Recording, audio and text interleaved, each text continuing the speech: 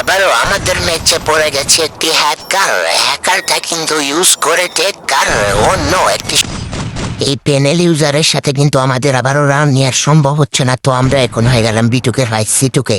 তো আবারও এডাব্লিউএম নিয়ে কিন্তু অনেক দারুণ একটি মুভমেন্ট করে অন্য দেশও লাগিয়ে দিয়েছে। আবারও কিন্তু কাছে গিয়ে কিন্তু দেখতেই পারছেন অন্য পিন দিচ্ছে না, সে কিন্তু ভয় পেয়ে গেছে। অন্য পিটুকের মতো মুভমেন্ট করে কিন্তু আমরা কিন্তু এখানে চলে এলাম।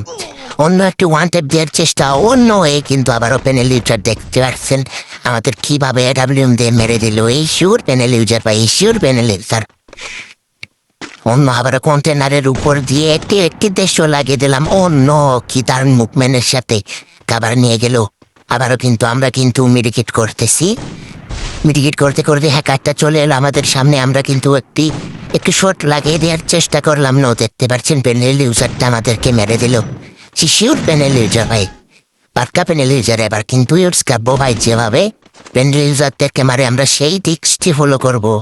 আমরা কিন্তু আবার এমটি নিয়ে একটি মুরগি জাতা দিয়ে দিলাম।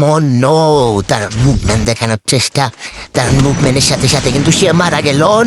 M1-এর রেক্সের মতো মুভমেন্ট। ওরে কি জোস লেভেলের মুভমেন্ট রে ভাই, কি মুভমেন্ট আমার।